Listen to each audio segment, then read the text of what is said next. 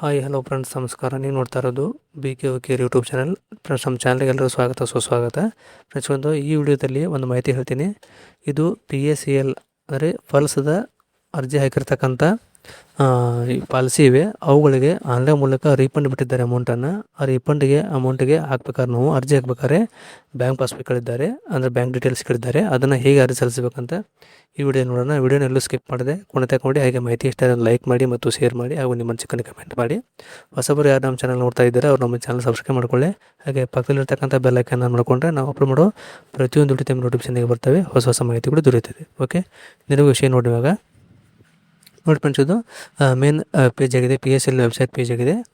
ಇಲ್ಲಿ ನವ್ claim application status ಕೊಟ್ಟಿದ್ದಾರೆ. ಇಲ್ಲಿ PACL ನಂಬರ್ ಹಾಕಬೇಕಾಗತ್ತೆ ಮೊದಲಿಗೆ, ಆಮೇಲೆ ಕ್ಯಾಪ್ಚಾ ಹಾಕಬೇಕಾಗತ್ತೆ. ಇವಾಗ ಕಸ್ಟಮರ್ ಕಡೆಯಿಂದ PACL ಬಾಂಡ್ ಇಸ್ಕೊಂಡು ಬಾಂಡಲ್ಲಿರ್ತಕ್ಕಂಥ ನಂಬರನ್ನು ಇಲ್ಲಿ ಎಂಟ್ರಿ ಮಾಡಬೇಕಾಗತ್ತೆ. ಎಂಟ್ರಿ ಮಾಡಿದ ನಂತರ ಸೈಡಿಗೆ ಕ್ಯಾಪ್ಚಾ ಕೊಟ್ಟಿದ್ದಾರೆ. ಆ ಕ್ಯಾಪ್ಚಾನ ಈ ಬಾಕ್ಸಲ್ಲಿ ಹಾಕಿ ಕೆಳಗಡೆ ಸರ್ಚ್ ಅಂತ ಕೊಟ್ಟಿದ್ದಾರೆ. ಸರ್ಚ್ ಮೇಲೆ ಕ್ಲಿಕ್ ಮಾಡಿ ಸರ್ಚಾಗಿ ಓಪನ್ ಆಗುತ್ತೆ. ಅದು ಇಲ್ಲಿ ಓಪನ್ ನಂತರ ಫೋನ್ ನಂಬರ್ ನೀವು ಎಡಿಟ್ ಮಾಡ್ಕೋಬೋದು. ಇವಾಗ ಎಡಿಟ್ ಆಪ್ಷನ್ ಓಪನ್ ಆಗ್ತಾಯಿಲ್ಲ, ಅದು ಇಲ್ಲಿ ಅವರ ಡೀಟೇಲ್ಸ್ ಎಲ್ಲ ಓಪನ್ ಆಗುತ್ತೆ. ಪಲ್ಸ್ ನಂಬರ್ದು, ಆಮೇಲೆ ನೇಮು, ಫೋನ್ ನಂಬರ್ ಹೋಗುತ್ತೆ. ಇಲ್ಲಿ ಎಡಿಟ್ ಕ್ಲೇಮ್ ಆಪ್ಷನ್ ಕೊಟ್ಟಿದ್ದಾರೆ. ಇಲ್ಲಿ ಫೋನ್ ನಂಬರ್ ಎಡಿಟ್ ಕೂಡ ಕೊಟ್ಟಿದ್ದಾರೆ. ಇವಾಗ ಫೋನ್ ನಂಬರ್ ಎಡಿಟ್ ಮಾಡಬೇಕಾದ್ರೆ ಪ್ಯಾನ್ ಕಾರ್ಡ್ ಬೇಕಾಗುತ್ತೆ. ಪ್ಯಾನ್ ನಂಬರ್ ಹಾಕಿ, ಆಮೇಲೆ ನಿಮ್ಮ ಚಾಲ್ತಿ ಇರತಕ್ಕಂಥ ಫೋನ್ ನಂಬರನ್ನು ಇಲ್ಲಿ ಹಾಕಿ, ಫೋನ್ ನಂಬರ್ ಹಾಕಿದ ನಂತರ ಅದು OTP ಹೋಗುತ್ತೆ. ಇಲ್ಲಿ ಕ್ಯಾಪ್ಚಾ ಎಂಟ್ರಿ ಮಾಡಿ ಕೆಳಗಡೆ ಜನರೇಟ್ OTP ಅಂತ ಕೊಟ್ಟಿದ್ದಾರಲ್ಲ, ಅಲ್ಲಿ ಕ್ಲಿಕ್ ಮಾಡಬೇಕಾಗತ್ತೆ. OTP ಕೊಟ್ಟ ನಂತರ ನಿಮ್ಮ ಮೊಬೈಲ್ಗೆ OTP ಹೋಗುತ್ತೆ.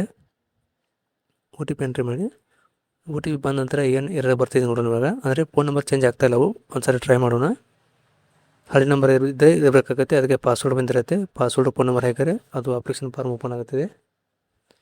ಇವಾಗ OTP ಎಂಟ್ರ್ ಮಾಡೋಣ. ಇಲ್ಲಿ ಕ್ಯಾಪ್ಚಾ ಎಂಟ್ರ್ ಮಾಡಿ ಕೆಳಗಡೆ ಜನರೇಟ್ OTP ಅಂತ ಕ್ಲಿಕ್ ಮಾಡಬೇಕಾಗತ್ತೆ. ಫೋನ್ ನಂಬರ್ ಒಂದ್ಸರಿ ಕರೆಕ್ಟಾಗಿ ಚೆಕ್ ಮಾಡ್ಕೊಳ್ಳಿ. ಇಲ್ಲಿ ಕ್ಯಾಪ್ಚಾ ಎಂಟ್ರ್ ಮಾಡಿ, ಕ್ಯಾಪ್ಚಾ ಎಂಟ್ರ್ ಮಾಡಿದ ನಂತರ ಜನರೇಟ್ OTP ಅಂತ ಇರುತ್ತೆ, ಅದನ್ನು ಕ್ಲಿಕ್ ಮಾಡಿ. ಇಲ್ಲಿ ಜನರೇಟ್ OTP ಕೊಟ್ಟ ನಂತರ ನೋಡಿ OTP ಹೋಗುತ್ತೆ. ನಿಮ್ಮ ಯಾವ ನಂಬರ್ ಕೊಟ್ಟಿರಲ್ಲ ಆ ನಂಬರ್ಗೆ OTP ಹೋಗುತ್ತೆ. OTP ಎಂಟ್ರ್ ಮಾಡಿ. ಇವಾಗ OTP ಎಂಟ್ರ್ ಮಾಡಿದ ನಂತರ ಇಲ್ಲಿ ವೆರಿಫೈ OTP ಅಂತ ಬರುತ್ತೆ. OTPನ ವೆರಿಫೈ ಮಾಡಬೇಕಾಗತ್ತೆ. ವೆರಿಫೈ ಆಗ್ತಾಯಿಲ್ಲ, ಅದು ನಾನು ಸುಮಾರು ಟ್ರೈ ಮಾಡಿದ್ದೀನಿ. ಇವಾಗ ಮತ್ತೊಂದು ಸಾರಿ ತೋರಿಸ್ತಾ ಇದ್ದೀನಿ ನಿಮಗೆ. ಇಲ್ಲಿ OTP ಹಾಕಿದ ನಂತರ ಕರೆಕ್ಟಾಗಿ ನೀವು ಕೊಟ್ಟಿರ್ತಕ್ಕಂಥ ಫೋನ್ ನಂಬರ್ ನೋಡ್ಕೊಳ್ಳಿ, ಅದೇ OTP ಎಂಟ್ರ್ ಮಾಡಿ.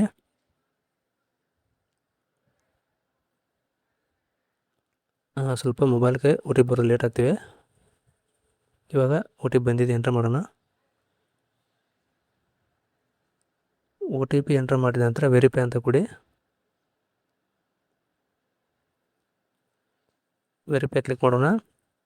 ಈ ನೋಡಿ ಮಾಡೆಲ್ ಸ್ಟೇಟ್ ಈಸ್ ಇನ್ವ್ಯಾಲಿಡ್ ಅಂತ ಈ ರೀತಿ ಎರರ್ ಬರ್ತಾಯಿದೆ, ಅಂದರೆ ಫೋನ್ ನಂಬರ್ ಚೇಂಜ್ ಆಗ್ತಾಯಿಲ್ಲ. ಅದಕ್ಕೆ ನೀವು ಮಾಡಬೇಕಾಗತ್ತೆ, ನೀವು ಮುಂಚೆ ಹಾಕಿದ್ರಲ್ಲ ಅದಕ್ಕೆ ಪಾಸ್ವರ್ಡ್ ಬಂದಿರುತ್ತೆ, ಯೂಸರ್ ನೇಮ್ ಪಾಸ್ವರ್ಡು. ಅದರ ಯೂಸರ್ ನೇಮ್ ಬಂದುಬಿಟ್ಟು ಇದು PACL ನಂಬರ್ ಆಗಿರ್ತದೆ, ಬಾಂಡ್ ನಂಬರು. ಆಮೇಲೆ ಪಾಸ್ವರ್ಡ್ ಕ್ರಿಯೇಟ್ ಮಾಡಿರ್ತಾರೆ, ಆ ಪಾಸ್ವರ್ಡ್ ಹಾಕಿ ಲಾಗಿನ್ ಮಾಡಿ ಅಪ್ಲಿಕೇಶನ್ ಎಡಿಟ್ ಮಾಡ್ಕೊಂಡು ನೀವು ಇವಾಗ ಬ್ಯಾಂಕಿನ ಅಪ್ಡೇಟ್ ಕೊಡಬೇಕಾಗತ್ತೆ. ಅಂದರೆ ಕೆಲವೊಂದು ಬ್ಯಾಂಕ್ ಮರ್ಜ್ ಆಗಿವೆ. ಎಕ್ಸಾಂಪಲ್ ಇವು ಸಿಂಡಿಕೇಟ್ ಬ್ಯಾಂಕ್ ಇದ್ದದ್ದು ಕೆನರಾ ಬ್ಯಾಂಕ್ ಆಗಿದೆ, ಅದು IFSC ಕೋಡ್ ಚೇಂಜ್ ಆಗಿರುತ್ತೆ. ಅದೇ ರೀತಿ KVG ಬ್ಯಾಂಕ್ ಇದ್ದದ್ದು ಇವಾಗ KVGB ಆಗಿರುತ್ತೆ. ಅದು ಈ ರೀತಿ IFSC ಕೋಡ್ ಚೇಂಜ್ ಆಗಿವೆ. ಯಾವ ಬ್ಯಾಂಕ್ ಕೊಟ್ಟಿದ್ದಾರಲ್ಲ ಈ ಹೊಸದಾಗಿ ಬ್ಯಾಂಕ್ ಪಾಸ್ಬುಕ್ ಅಪ್ಡೇಟ್ ಮಾಡಿಸಿ ಆ ಪಾಸ್ಬುಕ್ಕನ್ನು ಸ್ಕ್ಯಾನ್ ಮಾಡಿ ಹಾಕ್ಸ್ಬೇಕಾಗುತ್ತೆ. ಅಥವಾ ಒಂದು ಫಾರ್ಮೇಟ್ ಕೊಟ್ಟಿದ್ದಾರೆ ಅವರು ಫಾರ್ಮನ್ನು, ಆ ಫಾರ್ಮನ್ನು ಬ್ಯಾಂಕಿಗೆ ಹೋಗಿ ತುಂಬಿಸ್ಕೊಂಡು ಬಂದು ಸ್ಕ್ಯಾನ್ ಮಾಡಿ ಅಟ್ಯಾಚ್ ಮಾಡಿ ಸಬ್ಮಿಟ್ ಮಾಡಬೇಕಾಗತ್ತೆ. ಸಬ್ಮಿಟ್ ನಂತರ ಅದು ವೆರಿಫೈ ಆಗುತ್ತೆ. ಆಮೇಲೆ ನಿಮ್ಮ ಅಮೌಂಟು ನಿಮ್ಮ ಈ ಯಾವ ಖಾತೆ ಕೊಟ್ಟಿದ್ದಾರಲ್ಲ ಆ ಬ್ಯಾಂಕಿಗೆ ಜಮಾ ಆಗ್ತವೆ. ಒಂದು ಸಾರಿ ಕರೆಕ್ಟಾಗಿ ನೋಡ್ಕೊಳ್ಳೋದನ್ನು ನೋಡ್ಕೊಂಡು ಸ್ಕ್ಯಾನ್ ಮಾಡಿ ಹಾಕಿ. ಇವಾಗ ನಾವು ಯೂಸರ್ ನೇಮ್ ಪಾಸ್ವರ್ಡ್ ಹಾಕಿ ಲಾಗಿನ್ ಮಾಡೋಣ. ಇಲ್ಲಿ ಎಂಟ್ರ್ ಪಾಸ್ವರ್ಡ್ ಕೊಟ್ಟಿದ್ದಾರೆ, ಪಾಸ್ವರ್ಡ್ ಹಾಕಿ ಮತ್ತೆ ಕ್ಯಾಪ್ಚಾ ಕೊಟ್ಟಿದ್ದಾರೆ. ಕ್ಯಾಪ್ಚಾ ಹಾಕಿ ಲಾಗಿನ್ ಅಂತ ಹೊಡಿಬೇಕಾಗತ್ತೆ. ಇಲ್ಲಿ ಲಾಗಿನ್ ಮಾಡಿದ ನಂತರ ಕ್ಯಾಪ್ಚಾ ಹಾಕಿ ಲಾಗಿನ್ ಮಾಡಿ. ಲಾಗಿನ್ ಆಗ್ತಿದೆ. ಅವಾಗ ಲಾಗಿನ್ ಕೊಟ್ಟ ನಂತರ ಮತ್ತೆ ಅದು ಫಾರ್ಮ್ ಓಪನ್ ಆಗುತ್ತೆ. ಸ್ವಲ್ಪ ವೇಟ್ ಮಾಡಿ. ನೋಡಿ ಈ ರೀತಿ ಫಾರ್ಮ್ ಓಪನ್ ಆಗ್ತಿದೆ. ನೋಡಿ ಈ ರೀತಿ ಫಾರ್ಮ್ ಓಪನ್ ಆಗುತ್ತೆ. ಇಲ್ಲಿ ಅವರು ರಿಜಿಸ್ಟರ್ ನಂಬರ್ದು ಡೀಟೇಲ್ಸ್ ಎಲ್ಲ ಕೊಟ್ಟಿರ್ತಾರೆ. ಇವಾಗ ನೀವು ಅಪ್ಡೇಟ್ ಮಾಡಬೇಕಾದ್ದು ಬ್ಯಾಂಕ್ ಪಾಸ್ಬುಕ್ ಅಂದರೆ IFSC ಕೋಡ್ ಇದು ಸಿಂಡಿಕೇಟ್ ಬ್ಯಾಂಕ್ ಇದೆ, ಇವಾಗ ಕೆನರಾ ಬ್ಯಾಂಕ್ ಆಗಿದೆ. ಅದನ್ನು IFSC ಕೋಡ್ ಚೇಂಜ್ ಮಾಡ್ತೀನಿ ನಾನು ಇವಾಗ. ಇಲ್ಲಿ ಮೊದಲಿಗೆ ಬಂದು ಇಲ್ಲಿ ಬ್ಯಾಂಕ್ ಡಾಟಾ ಇರುತ್ತೆ, ಅದನ್ನ ಡಿಲೀಟ್ ಮಾಡ್ಕೊಳ್ಳಿ. ಡಿಲೀಟ್ ಕೊಟ್ಟ ನಂತರ ಓಕೆ ಕೊಡಿ. ಇನ್ನೊಂದು ಸಾರಿ ಓಕೆ ಕೊಡಿ. ಇಲ್ಲಿ ಹೋಗಿರ್ತದು. ಇಲ್ಲಿ ಈಗ ಹೊಸದಾಗಿ ಇರ್ತಕ್ಕಂಥ ಕೆನರಾ ಬ್ಯಾಂಕಿಂದ IFSC ಕೋಡ್ ಎಂಟ್ರ್ ಮಾಡಿ. ಹಾಕಿದ ನಂತರ ಆಟೋಮೆಟಿಕಾಗಿ ಬ್ಯಾಂಕ್ ನೇಮ್ ತಾನೇ ತೊಗೋತದು. ಕೊಟ್ಟ ನಂತರ ಆಟೋಮೆಟಿಕಾಗಿ ಬ್ಯಾಂಕ್ ನೇಮ್ ಬರುತ್ತೆ. ಅಕೌಂಟ್ ನಂಬರ್ ಒಂದು ಸಾರಿ ಚೆಕ್ ಮಾಡ್ಕೊಳ್ಳಿ, ಅದೇ ಇಲ್ಲ ಅಂತ. ಅಕೌಂಟ್ ನಂಬರ್ ಚೆಕ್ ಮಾಡ್ಕೊಂಡು ಸೇವಿಂಗ್ ಅಕೌಂಟ್ ಇರುತ್ತೆ, ಸೇವಿಂಗ್ ಮಾಡಿ, ಕರೆಂಟ್ ಮಾಡಿ. ಇಲ್ಲಿ ನೋಡ್ಕೊಂಡು ಇಲ್ಲಿ ಕೆಳಗಡೆ ಸೇವ್ ಅಂತ ಇದೆಯಲ್ಲ, ಆ ಸೇವ್ ಬಟನ್ ಮೇಲೆ ಕ್ಲಿಕ್ ಮಾಡಿ. ಇಲ್ಲಿ ಕ್ಲಿಕ್ ಮಾಡಿದ ನಂತರ ಡಾಟಾ ಸೇವ್ ಆಗುತ್ತೆ. ಆಮೇಲೆ ಕೆಳಗಡೆ ಬರಬೇಕಾಗುತ್ತೆ. ಇಲ್ಲಿ ಅದನ್ನು ಬ್ಯಾಂಕ್ ಪಾಸ್ಬುಕ್ಕನ್ನು ಸ್ಕ್ಯಾನ್ ಮಾಡಬೇಕಾಗತ್ತೆ. ಇಲ್ಲಿ ನೀವು ಹೋಗಿ ಚೂಸ್ ಫೈಲ್ ಹೋಗಿ ನೀವು ಸ್ಕ್ಯಾನ್ ಮಾಡಿರ್ತಕ್ಕಂಥ ಬ್ಯಾಂಕ್ ಪಾಸ್ಬುಕ್ಕನ್ನು ಇಲ್ಲಿ ಅಟ್ಯಾಚ್ ಮಾಡಬೇಕಾಗತ್ತೆ. ಅದು 200 KB ಒಳಗಡೆ ಇರಬೇಕು. ನೋಡಿ ಸ್ಕ್ಯಾನ್ ಮಾಡಿದ್ದೀನಿ. ಇವಾಗ ಫೋಟೋ ಅಪ್ಲೋಡ್ ಮಾಡ್ತಾಯಿದ್ದೀನಿ ಬ್ಯಾಂಕ್ ಪಾಸ್ಬುಕ್ದು. ಅದನ್ನ ರಿಸೈಜ್ ಮಾಡ್ಕೊಳ್ಳೋಣ. ಸೈಜು ಜಾಸ್ತಿ ಇದೆ, 200 KB ಅಷ್ಟು ಇರಬೇಕಂತ ಕೊಟ್ಟಿದ್ದಾರೆ. ಇಲ್ಲಿ ಮೈಕ್ರೋಸಾಫ್ಟ್ ಪಿಕ್ಚರ್ಗೆ ಹೋಗಿ ರಿಸೈಜ್ ಮಾಡ್ಕೊಳ್ಳೋದನ್ನು ಸೈಜನ್ನು 200 KBಗಿಂತ ಕಡಿಮೆ ಮಾಡ್ಕೊಳ್ಳಿ. ಅಂದರೆ ಕರೆಕ್ಟಾಗಿ ಇದಾಗುತ್ತೆ. 500 KB ಆಗಿದೆ. ಇವಾಗ ಇನ್ನೂ ಕಡಿಮೆ ಮಾಡೋಣ. ಇವಾಗ ನೋಡಿ 200 KB ಆಗಿದೆ. ಇದನ್ನು ಸೇವ್ ಮಾಡಿ ಕ್ಲೋಸ್ ಕೊಟ್ಟು ಇಲ್ಲಿ ಓಪನ್ ಅಂತ ಕೊಟ್ಟರೆ ಫೈಲ್ ಓಪನ್ ಆಗುತ್ತೆ. ಇಲ್ಲಿ ಬ್ಯಾಂಕ್ ಪಾಸ್ಬುಕ್ ಬಂದಿರುತ್ತೆ. ಆಮೇಲೆ ಕೆಳಗಡೆ ಮತ್ತೆ ಸೇವ್ ಅಂತ ಮಾಡಬೇಕಾಗತ್ತೆ. ಸೇವ್ ಅಂತ ಕೊಟ್ಟ ನಂತರ ಡಾಕ್ಯುಮೆಂಟ್ಸ್ ಮತ್ತು ಸೇವ್ ಮಾಡಿ. ಇಲ್ಲಿ ಕೆಳಗಡೆ ಶೋ ಆಗ್ತಾಯಿದೆ ನೋಡೋದು ಬ್ಯಾಂಕ್ ಡಾಟಾ ಅಂತ. ಅಲ್ಲಿ ವ್ಯೂ ಅಂತ ಕೊಟ್ಟಿದ್ದಾರೆ, ಒಂದು ಸಾರಿ ಕನ್ಫರ್ಮ್ ಮಾಡ್ಕೊಳ್ಳಿ.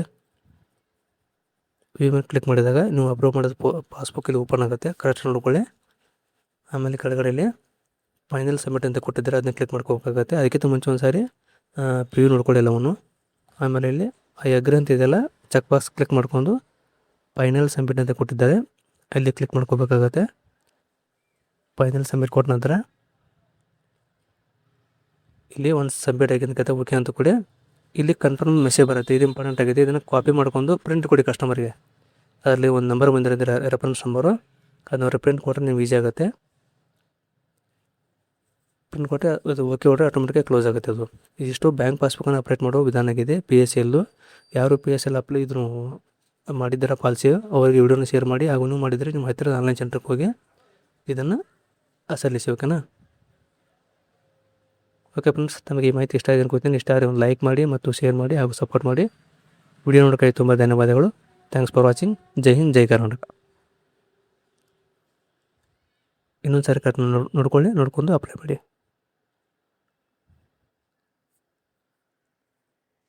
ಈ ನಮ್ಮ ವಿಡಿಯೋ ಕೆಳಗಡೆ ಇದರ PSL ವೆಬ್ಸೈಟ್ ಲಿಂಕನ್ನು ಹಾಕಿರ್ತೀನಿ. ಆ ಲಿಂಕ್ ಮೂಲಕ ತಾವು ಅಪ್ಲೈ ಮಾಡ್ಬೋದು. Okay, thanks for watching.